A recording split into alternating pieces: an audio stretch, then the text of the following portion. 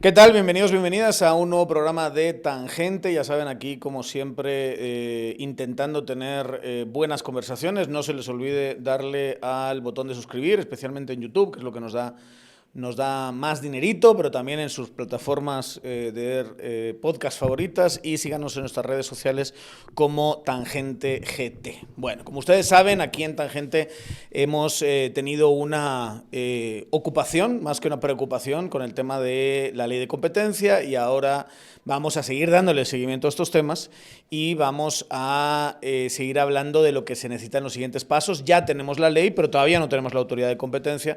Está ahora mismo el proceso de elección del directorio para tener perspectivas de cómo se hace esto, porque aquí, como nunca en Guatemala lo hemos hecho, tenemos que traer gente de fuera que nos diga cómo se hace esto, cuáles son las agendas que hay que impulsar en estos momentos. Y tenemos con nosotros, viene de México, aunque vía España, ha estado hace poquito en España dando vueltas por mi tierra, ¿verdad? Por el sur de España, Córdoba, bien bonita esa ciudad. Alejandro Falla Rodríguez. Falla con Y, no Falla como el expresidente, ¿verdad? Sino que Falla con Y. Que es comisionado actualmente de la COFESE, que es la Autoridad de Competencia mexicana, que ahora mismo va a cambiar, ¿verdad? Esa Autoridad de Competencia está sufriendo una transformación. Morena impulsó que hubiese un rediseño, ¿no?, de la Autoridad de Competencia. ¿Cómo fue eso? Pues mira, la COFESE, después de 20 años de política de competencia en México, ustedes llegaron algo tarde. Nosotros siempre decimos que los mexicanos... Por cierto, antes me decías, todo el mundo pensaba que nunca se iba a dar la ley de competencia en Guatemala, sí, bueno, ¿verdad? yo estuve hace 10 años en competencia, hablé con el Congreso, hablé con el Ministerio de Economía. En su momento había un proyecto auspiciado por el BID y se planteó una posible ley de competencia y me invitaron como experto. Estuve 3, 4 veces en diferentes foros, conversatorios, y yo asumí que en algún momento mis hijos o mis nietos verían una ley de competencia en Guatemala. Bueno, ¿estás viendo tú? ¿Cuál fue mi sorpresa? Que me tocó a mí, ya en mi último momento de comisionar la COFESE. Entonces me da un tremendo gusto.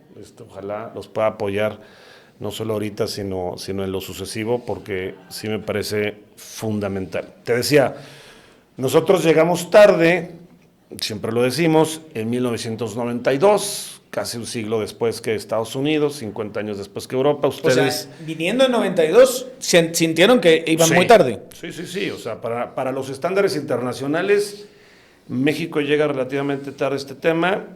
Imagínate el caso de Guatemala, ¿no? Pero lo que decía hace rato, llegar muy tarde trae una gran ventaja, que es tratar de capitalizar los aciertos y evitar los errores de otros países y otras jurisdicciones. Nosotros llevamos 30 años, hemos generado mucho aprendizaje.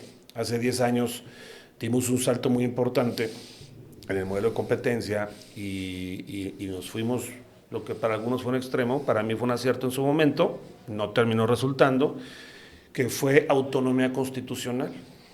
Normalmente una autoridad administrativa es parte del gobierno. En el caso de las agencias de competencia es muy importante que tengan independencia técnica, que no haya una subordinación enteramente política. México se fortalece el sistema y se crea una autoridad autónoma constitucional, como el Banco de México, como la Comisión de Derechos Humanos, como nuestro árbitro electoral, el INE. Pero ¿qué fue lo que pasó? Llega un partido con otra visión de las cosas. Con mucho poder, hay que decirlo, con mucho apoyo. Con mucho poder. Hubo enfrentamientos de la comisión con el nuevo gobierno, porque hubo diferendos importantes en cómo visualizábamos la dinámica de ciertos sectores de la economía. Hubo conflictos en la Suprema Corte. La Comisión de Competencia demandó al presidente y demandó al Congreso a propósito de varios temas en el sector energía, diferendos que pueden ser naturales o son naturales en un país democrático. Obtuvimos fallos favorables de la Corte. Luego el presidente se rehusaba a nombrar comisionados. Como para bloquearlos de alguna manera. Derivado de vacantes que se fueron que se fueron liberando. Tenemos un proceso en donde está basado en mérito técnico, en donde se hace un examen y los que obtienen calificaciones más altas se remiten al Ejecutivo. Dentro de esas listas el Ejecutivo nomina. El presidente se rehusaba. ¿Tú pasaste ese proceso? Yo pasé ese proceso cuando funcionaba con normalidad, pero en los últimos años había 3 vacantes, había 3 listas con candidatos y el presidente no enviaba su nominación. Presentamos una demanda, una controversia constitucional en la Corte le dio 30 días al presidente para mandar los nombres, cosa que hizo y permitió integrarnos. A lo que voy, empezó a haber ciertas fricciones naturales por un cambio de visión. Es un gobierno que cree más en la centralización administrativa y no tanto en la descentralización y las autonomías. Y como parte de un paquete de reformas se eliminan 3 autoridades constitucionales autónomas: el Regulador de las Telecomunicaciones, el Instituto de la Transparencia y la Comisión de Competencia. Entonces, ¿cuál es el estado de las cosas? Esa reforma que elimina la comisión entra en vigor en tanto se emitan las reformas a la ley secundaria, que es nuestra ley de competencia. Afortunadamente, a diferencia de las otras funciones, que se eliminan y que mueren. Que sí, porque en el caso del regulador de las telecomunicaciones como que se reparten las funciones y se centraliza la función en una dependencia. El Instituto de la Transparencia desaparece y las funciones de acceso a la información se centralizan en una Secretaría de Estado. Aquí sí se queda en la Constitución, porque tenemos compromisos internacionales de que la nueva autoridad debe tener independencia técnica. Y ya se planteó una iniciativa que fortalece el sistema, los procedimientos de las sanciones y que crea un cuerpo colegiado como organismo descentralizado. Entonces, dentro de todo, las cosas no quedan tan mal. Yo obviamente prefiero una autoridad autónoma desde la Constitución, pero creo que si se hace bajo parámetros correctos, podemos estar dentro de las mejores prácticas. Y quiero hacer una pausa para recordarles que algo bien importante en todo el tema digital es cómo encontrar trabajo. La tecnología nos ofrece muchas soluciones y una de ellas es Transdoc.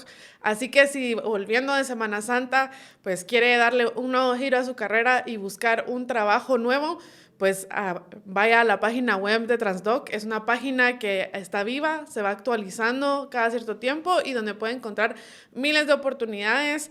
Y también si es reclutador y quiere pues buscar talento al volver de Semana Santa, pues tiene ahí muchos beneficios en Transdoc. Para más información visiten transdoc.com o escriban a info@transdoc.com. Yo te confieso que no le presté mucha atención, ¿verdad? Pero vi la noticia de que se iba a eliminar la Autoridad de Competencia de México. Vi, de hecho, alguna gente en Guatemala anti-ley de competencia estaba diciendo, ¿ves? México está echando para atrás y ya no hay competencia, temas de antitrust en México y demás. Y yo me quedé pensando, qué raro que un gobierno como Morena vaya a renunciar a un poder, digamos, porque no deja de ser un poder el de tener capacidad regulatoria con prácticas anticompetitivas. Ahora me aclaras que es al revés, ¿no? Que aumentan las sanciones incluso y ciertas capacidades, solo que, como le gusta a Morena, ¿verdad?, lo concentra en el partido. Igual que está pasando con el sector justicia, igual que está pasando con muchas cosas. De hecho, los dientes crecen, incrementan de manera muy importante las sanciones, se facilita la presentación de demandas colectivas, es decir, que por la vía civil se pueda demandar a una empresa que cometió una práctica monopólica para que repare el daño causado. Se reducen los umbrales para revisar concentraciones. Una cosa que me preocupa mucho de la ley de competencia guatemalteca como quedó aprobada es que los umbrales están pero tan altos, inclusive más altos que la ley mexicana, que muy pocas transacciones serían revisadas por la autoridad. Entonces, pues no tiene sentido tener un sistema preventivo para evitar la concentración de empresas excesiva si tus parámetros para notificar una concentración no son los adecuados. Y si comparamos la economía guatemalteca con la mexicana y los umbrales para notificar aquí son mucho más altos que los de México, pues yo creo que es bastante obvio que hay un problema, ¿no? Para explicárselo a la gente que nos está escuchando, cuando dices umbrales es que una especie de alerta donde te dice este sector está excesivamente concentrado. Es que una empresa compra otra. Sí. O sea, imagínate que un banco, el más grandote, Sí. el número uno, compra el segundo banco en Guatemala. Sí. El banco industrial compra el banco rural, digamos, sí. O no sé cuántas aerolíneas tenga Guatemala. Una. Vamos. Mal, muy mal. Mira, en México, y a lo mejor pasa lo mismo en Guatemala, decimos, es una economía de dos, ¿no? Piensa en los sectores más importantes y son dos empresas. Duopolios, claro, la tele, ¿va? La tele toda la vida ha sido un duopolio. O el duopolio puede ser de 3 o de 4. Entonces imagínate un sector donde son 2 o 3 y que esas 3 se quieran hacer una sola empresa.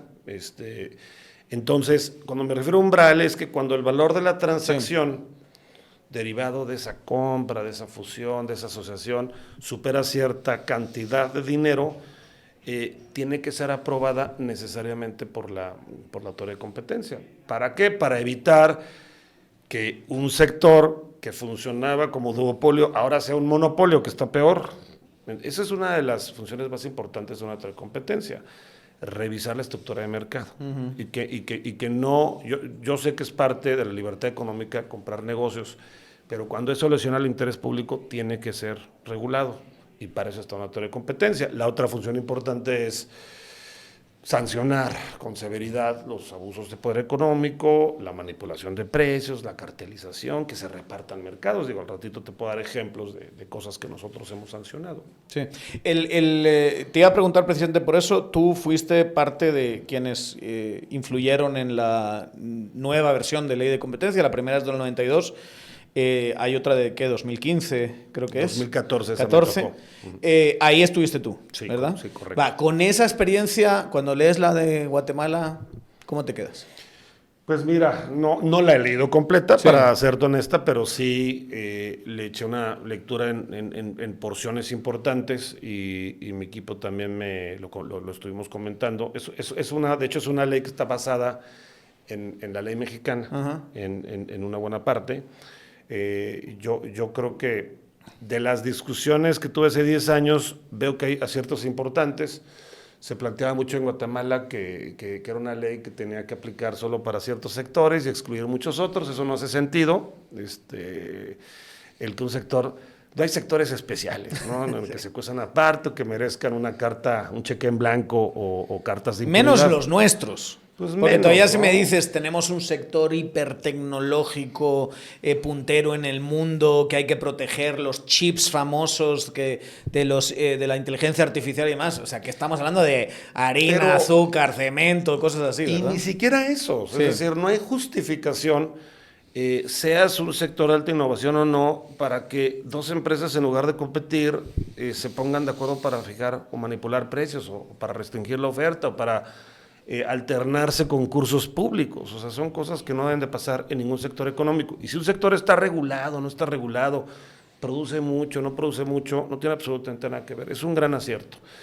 Otro gran acierto es que se incluyen sanciones importantes, con carácter disuasorio. Se establece una lista completa de actividades que no deben de suceder en una economía, lo que le llaman prácticas absolutas y relativas. Que hasta hace nada eran legales. Que hasta hace nada, al no estar prohibidas, eran permitidas. Es. Ese es el principio de legalidad. Todo lo que no se te prohíbe lo puedes hacer, entonces todo eso se podía hacer. Siempre, yo creo que Guatemala era hasta penoso, ¿no? De decir, no tengo ley de competencia, tengo compromisos en tratados, aquí todo el mundo puede llegar a coludirse en precios y no pasa nada. Eso no es una buena señal. O sea, y eso, para que la gente lo entienda, tú eres alguien que quiere entrar en Guatemala y dice, puchica, pero si ahí tienen, es un grupo de amigos que se arreglan, yo no quiero entrar ahí, yo no soy de ese grupo de amigos, ¿verdad? Y me van a pisar, como dirían por aquí, ¿verdad? Claro, y luego hay una percepción de que las leyes de competencia se dirigen en contra de las empresas. Es al revés, protegen a las empresas contra los grandotes que se coluden, porque una empresa... la gran proporción de empresas son medianas, son chicas, necesitan proveedores, son compradoras y necesitan operar bajo una economía de equidad de mercado, ¿no? Entonces, no es bueno para el clima de inversión el que tú llegues aquí y que te puedan de la noche a la mañana como empresa desplazar porque los grandotes se pusieron de acuerdo para boicotearte o para evitar tu entrada, ¿no? Entonces, las empresas también, al igual que los consumidores, son directamente beneficiarios de este tipo de normativas. Veo algunos aciertos como otras cosas que pueden mejorar, por ejemplo, tienen que ver con el sistema de concentraciones, para que se puedan revisar transacciones importantes en el país que pudieran generar efectos adversos a la economía, a los consumidores. Y una cuestión que me preocupa también pues es la capacidad o los dientes que pueda tener la agencia. Tengo ahí mis dudas, pero son cosas que se pueden revisar en el tiempo para que puedan salir a investigar y encontrar pruebas, ¿no? Porque una autoridad de competencia es como una especie de fiscalía que investiga. Tiene que haber investigación. Delito. Entonces tienes que salir a investigar. Por ejemplo, en México, nuestra autoridad investigadora puede, sin orden judicial, llegar a las oficinas de una empresa, claro, siempre y cuando exista un procedimiento de investigación en curso, y ellos están obligados a permitir el acceso a todos los funcionarios públicos y se procede a hacer un duplicado forense de los discos duros de las computadoras. Nosotros hemos encontrado evidencia principalmente en correos electrónicos, por ejemplo, o en documentos internos. Entonces eso se hace a través de una visita de verificación. Entonces debes de tener herramientas de investigación como esa, o como otras, requerimientos de información y sancionar ante la obstrucción de ese tipo de diligencias para que puedas también hacerte de elementos. Entonces, de poco te sirve poder sancionar ciertas conductas si no tienes dientes para poder investigar. Esa es una cuestión que se tiene que revisar. Hay tiempo. Digo, para que la gente sepa, hay 2 años de transición, es decir, se instala la nueva autoridad y durante los primeros 2 años, según entiendo, no se puede sancionar a nadie, que yo creo que es un poquito excesivo ese plazo, para que se vaya socializando el tema. Y que la gente vaya aprendiendo. Y que todo el mundo aprenda, pero es un aprendizaje que toma mucho más que 2 años, entonces yo creo que por eso 2 años es demasiado, y hay que forzar un poquito el proceso. Pero es bien importante que se revise ese tema de que se tenga con capacidades de investigación. Y en varias conversaciones que hemos tenido sobre temas de competencia aquí, hubo una conversación que creo que fue bastante sustancial. Bueno, en varias ocasiones hemos mencionado esto con algunos expertos que vienen de fuera que te dicen, mira, para ser una primera ley está bien. Obviamente todos los países han tenido cambios en sus leyes de competencia. O sea, tienes Colombia 4 veces reformada, México pues habrá tenido 2, 3 versiones de la ley y la otra de la moto, entonces para hacer una primera está bastante bien. Claramente, como llegamos tarde, pues ya se incorporan muchas cosas que ya se han trabajado en otros países, como decíamos antes, pero por supuesto esto yo creo que lo que tiene que pasar eventualmente es que políticamente tienen que empezar a hacer cosas y cuando se vean los límites de lo que se puede hacer, volver otra vez al Congreso y decirle tienes que dar lo que le das a estas otras, en estos otros países, para que pueda hacer lo que tiene que hacer, ¿verdad? Porque si no, no va a servir, no digo de nada, pero sí no va a servir para lo que queremos que sirva, ¿no? Coincido con tu apreciación, lo perfecto es lo enemigo de lo bueno. Así es. Y de hecho este es un mucho mejor saque de nuestro primer saque en 1992. O sea, yo creo que es una ley bastante aceptable, que tiene muchas ventajas y por supuesto habrá que revisar otros temas en el corto plazo, pero coincido con tu apreciación de que para hacer una primera ley es un muy buen primer saque. Se está eligiendo ahora mismo, según hablamos, están en los procesos en el Ministerio de Economía, que va a ser presidente, Junta Monetaria y Congreso. 3 procesos para elegir a los 3 directores. ¿Qué características tiene que tener un director? Hijo, eso es fundamental, porque si hay errores en este proceso, no hay credibilidad. Claro. A diferencia de otras áreas de gobierno, en principio cualquier función pública debe ser completamente neutral, ¿no? Pero hay unas en donde para que esas funciones públicas operen en beneficio del interés público, tienen que estar basadas 100% en elementos técnicos, tienes que alejarte del sesgo político, de la interferencia de los grupos de interés. Entonces, la política de competencia es una de ellas. Si tú no aplicas los principios económicos, jurídicos, conforme a las mejores prácticas, lo único que vas a hacer es generar efectos adversos en el mercado. O sea, en vez de ayudar, tomas decisiones que perjudican la economía. Es muy perverso, ¿no? Tener una autoridad de competencia donde tienes expectativas de que por fin vamos a hacer algunas cosas que no hacíamos antes, y que en realidad están generando mucho ruido en los mercados, ¿no? Entonces, para que la política sea creíble y efectiva, necesitas estas características. Ergo, los 3 directores y sus suplentes deben de ser personas intachables. Para mí hay 3 cuestiones fundamentales. Primera, su formación. La competencia aglutina mucho análisis económico y mucho procedimiento jurídico. Y cierto tipo de abogados, cierto tipo de economistas, organización industrial, personas que puedan entender la dinámica de los mercados, los negocios emergentes, abogados que entiendan de derecho administrativo. No tienen que ser expertos en competencia, no los vas a encontrar en un país en donde no hay expertos en competencia, no hay programas académicos de competencia, no hay nada. Pero hay materias afines que se acercan o que te permiten meterte al mundo de la competencia de manera relativamente rápida. No es lo mismo un economista experto en macroeconomía, que ve temas de PIB, de crecimiento económico, a un economista que ve temas de organización industrial, que entiende un poco más cómo operan las decisiones de las empresas. No es lo mismo un abogado penalista o un abogado laboralista que un abogado experto en temas de regulación o en derecho administrativo. Eso sí los tienes en Guatemala. Entonces, 1 es la formación. 2 es la experiencia.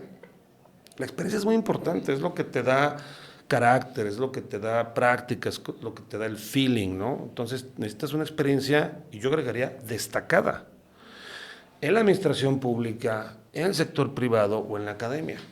Pero necesitas tener experiencia comprobada, donde hayas destacado. Tú quieres gente sobresaliente que tome las mejores decisiones, pues eso solo lo puedes ver de su trayectoria. Y tercero, lo más importante, pues personas honestas con carácter, que puedan tomar decisiones difíciles y que no sean fácilmente capturables. Esta parte es difícil de evaluar.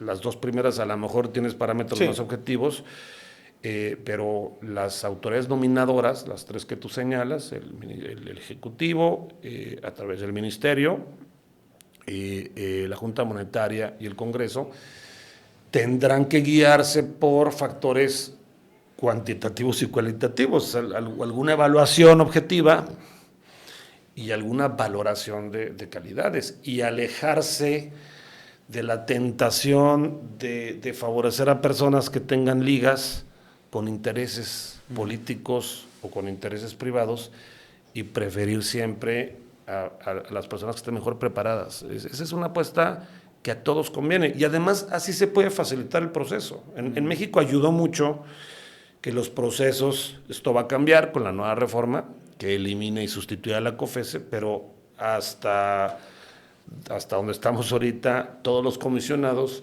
fuimos elegidos porque pasamos un examen muy riguroso en economía y en derecho. Y cuando... Solo, si me permites, esa parte, porque ahora estamos en estas.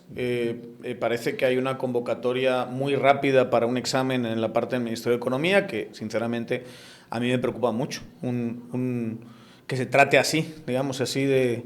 No, vente la próxima semana y hagamos el examen con esta universidad que no es ni de las más prestigiosas que se tenían en la lista. Solo para tener una dimensión, ¿cuál fue la materia, el tipo de evaluación, cuánto tiempo hubo que prepararse para ese examen que hiciste? Sí, a ver, en México se fue al extremo porque todo dependía de un examen, que tampoco creo que sea el mejor mecanismo. Sí, es un poquito el debate que se tiene en España de los mecanismos de oposición, donde si pasas el examen ya pasas y te conviertes en no sé, juez o fiscal de carrera para toda la vida, ¿verdad? A lo mejor eres un psicópata que pasó el examen, eres un psicópata muy listo que sacó 10 en el examen y ya eres ministro, ¿no? O eres magistrado. Entonces en México se fue al extremo de eliminar todo tipo de subjetividad, y tú te metías al examen y eran 5 candidatos por cada vacante, y los 5 más altos se iban a la lista del Ejecutivo, y el presidente tenía que nominar dentro de esos 5. Eso tiene la gran ventaja que te elimina discrecionalidad y subjetividad, pero tiene la gran desventaja de que no hay una valoración cualitativa, que le dé también un valor y una ponderación a tu trayectoria, a tu carácter y a lo que has hecho en la vida, ¿no? Imagínate que alguien me gana a mí, digo, por 2 décimas, pero yo le llevo 20 años y yo he publicado 50 cosas. Híjole, pues yo quisiera que... Favoreces mucho a los nerds que puedan estudiar, ¿verdad? Por ejemplo, ¿no? Afortunadamente quedé y no tengo objeciones, pero... Pero sí era un examen muy duro de un temario... Sí. A mí me tocó, eran una batería como de 250 preguntas de opción múltiple, principalmente economía y derecho.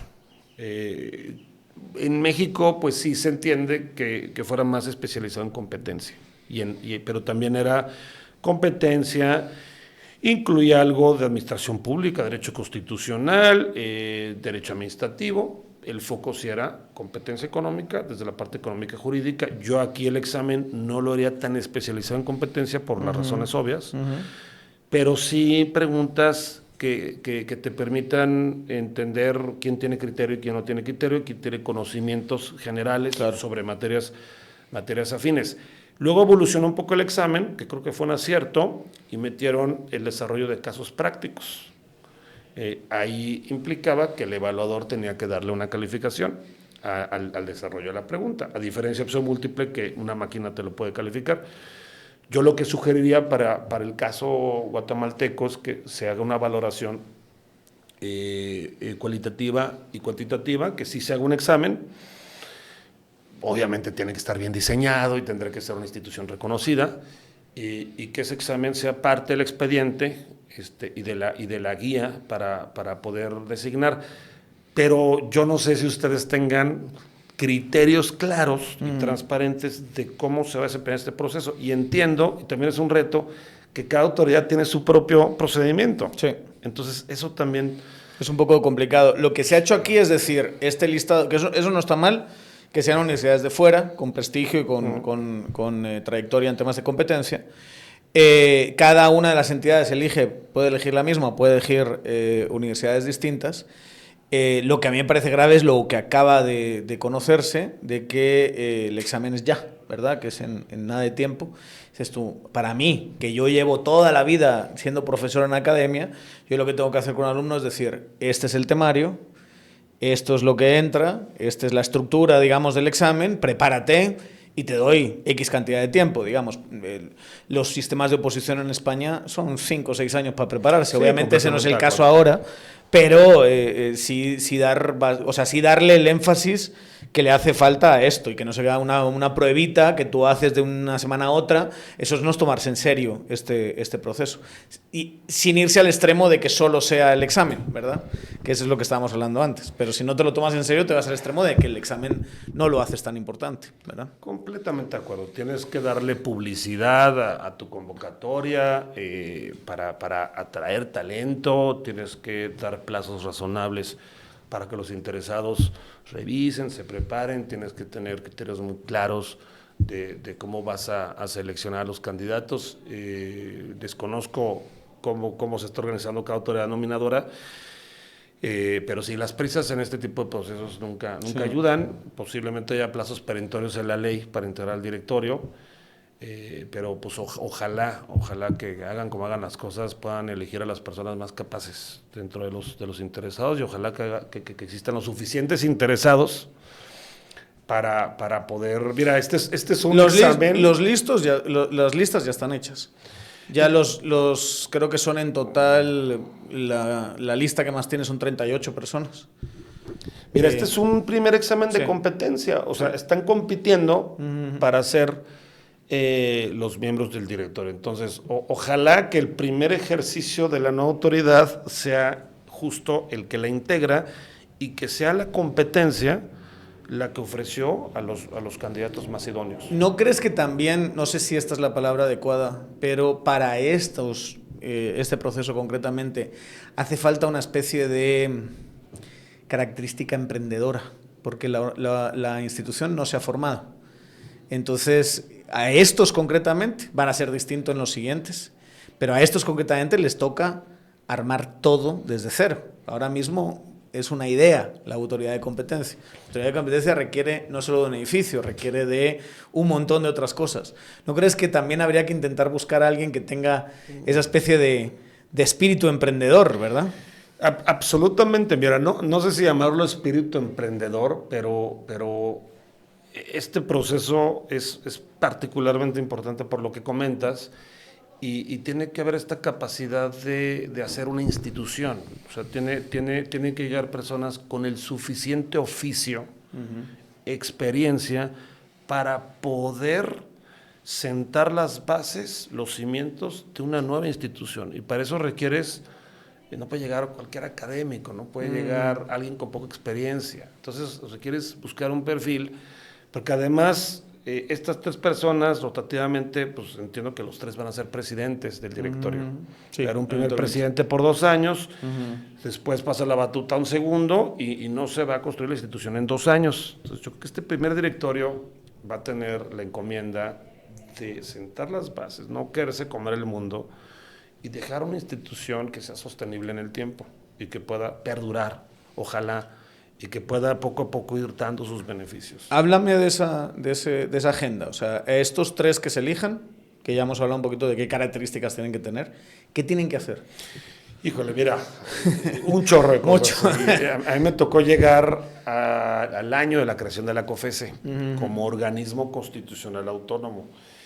Y para muchos, pues qué fácil, ¿no? Ya México lleva 2 décadas en esto. No, pero era una nueva autoridad con nuevo estatus, y si bien es cierto, nos ayudó mucho todo lo que teníamos antes, pues había que hacer el andamiaje jurídico institucional. Entonces, imagínate, llegan los 3 miembros del directorio y tienen que empezar por cosas tan sencillas como conseguir personal, porque al final quien va a arrastrar el lápiz, claro, quien va a hacer los análisis económicos, o sea, todo el mundo ahorita está pensando en las capacidades y perfil de los miembros del directorio, pero ¿qué tal el que va a revisar las concentraciones? ¿Qué tal el que va a investigar a las empresas? El que va a proponer los proyectos de sanción, el que va a revisar los argumentos de las empresas. Necesitas conseguir personal altamente calificado, al que vas a tener que entrenar,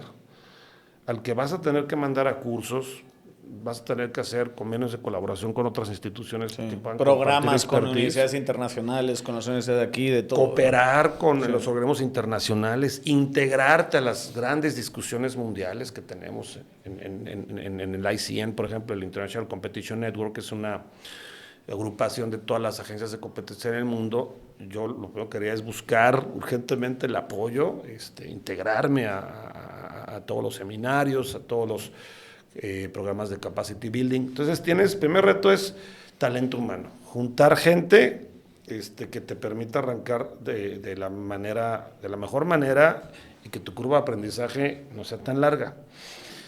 Segundo, tienes que organizar a tu institución, tienes que hacer un estatuto orgánico, tienes que hacer un reglamento interno, tienes que organizar las áreas, y si tú te equivocas en cómo organizas tu organización, válgame la redundancia, cómo organizas a la autoridad, pues te vas a tardar más en brindar resultados, porque hay modelos eficientes de gestión pública y hay modelos muy ineficientes. Sí. Entonces, y al contrario que los primeros que lo hicieron en Estados Unidos hace 125 años, tú ya tienes una experiencia de muchísimas instituciones para poder ver y decir, correcto. Vámonos por aquí. Entonces, con el presupuesto que tienes que optimizar. Tienes que ver para cuántas personas te alcanza, tienes que destinar un porcentaje de ese presupuesto para capacitación, me parece que es prioritario. Tienes que ver cómo cooperas, tienes que ver cómo te organizas. Y luego vas a tener que trabajar seguramente en reglamentos y en criterios técnicos. Tienes tiempo para eso, pero es un trabajo complicado, porque si estás construyendo expertise, pero al mismo tiempo tienes que hacer normativa, pues son cosas que parecieran incompatibles. Hay que ir administrando, ¿no? En qué momento ya es prudente ir emitiendo criterios técnicos, reglamentos. Entonces, integrar al director es el primer paso.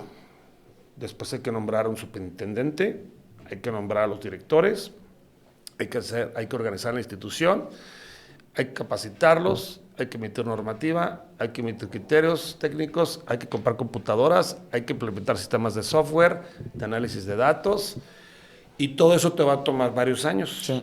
Entonces, creo que desde el principio tendrá que haber una agenda, una línea de tiempo de cómo vas a ir llegando a tus metas intermedias para arrancar la institución. Insisto, el primer objetivo, si yo fuera miembro de ese directorio, sería lo que tú justo decías hace rato. Vamos a sentar las bases, los cimientos en la institución para que pueda funcionar de manera sólida.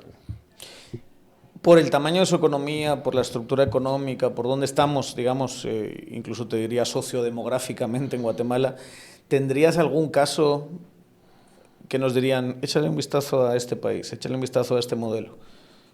¿Crees que nos podemos ver reflejados en algún sitio y que nos sirva, ¿no?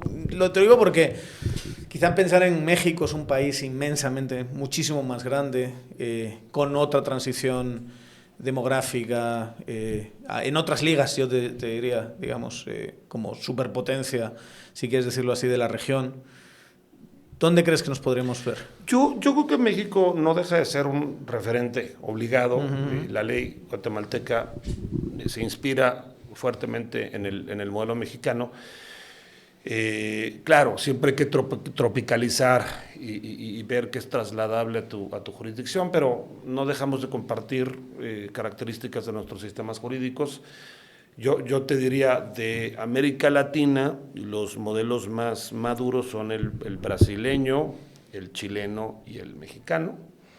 Y yo voltearía a ver esas tres jurisdicciones y tratar de ver en lo que proceda, en lo que aplique, en lo que aquí hay mucho sentido común. Yo creo que aquí uno se puede dar cuenta de qué te puede servir y qué no te puede servir. Yo me acercaría probablemente a Colombia también, me acercaría a esas 4 jurisdicciones de la región como para tomar modelos, tomar fórmulas.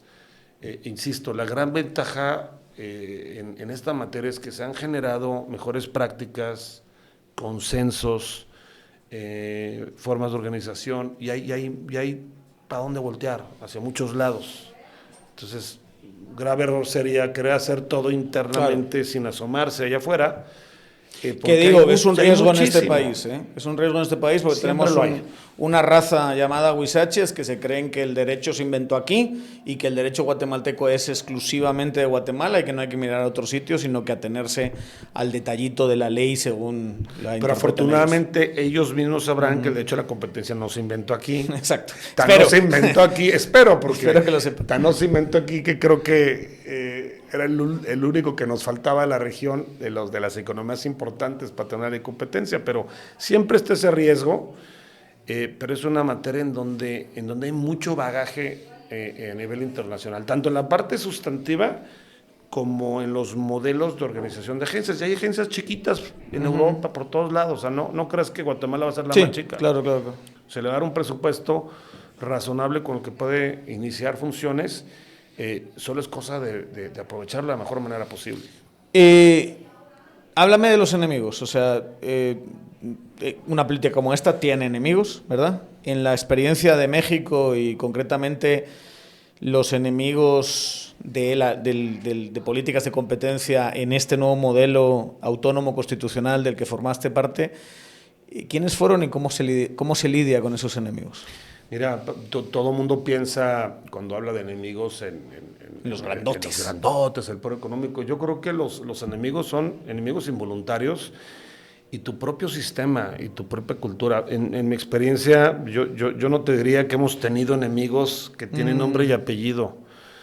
Nuestros enemigos han sido el poder judicial rígido, sí, ¿no? Que no sabe adaptarse a eso. Sí, nuestro sistema administrativo, que a veces es muy complicado, nuestro sistema jurídico, los actores políticos que se equivocan en el proceso, en ciertas decisiones. Entonces, a veces el enemigo es el sistema, ¿no? Porque creas una torre de competencia que por definición es dinámica, es ágil, piensa de manera diferente y se enfrenta con un contexto institucional mucho más complejo que lo ralentiza, que lo hace más lento, que lo frena. Otro enemigo también lo he visto en el caso mexicano, es que por más que nosotros hacemos nuestro trabajo, sancionamos, etcétera, la competencia se define en otros lados.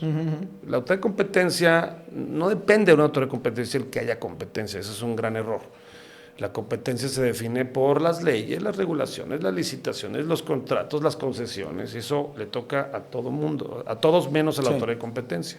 Entonces el principal enemigo de la competencia es el Congreso, es el gobierno, cuando no hacen bien las cosas. Conceden arbitrariamente regalan adjudicaciones directas, sí. Regalan concesiones, hacen leyes que limitan la entrada, que restringen la innovación. Esos son los principales enemigos. Es el sistema y son normalmente institucionales. A los otros, pues es de esperarse que un agente económico que viole la ley va a ofrecer resistencia. Para eso echas a andar una autoridad. Eso pasa en todos lados, ¿no? Bueno, esos son los retos, digamos, de los que hay que ir hablando. ¿Vas a pasarte más por aquí estos años?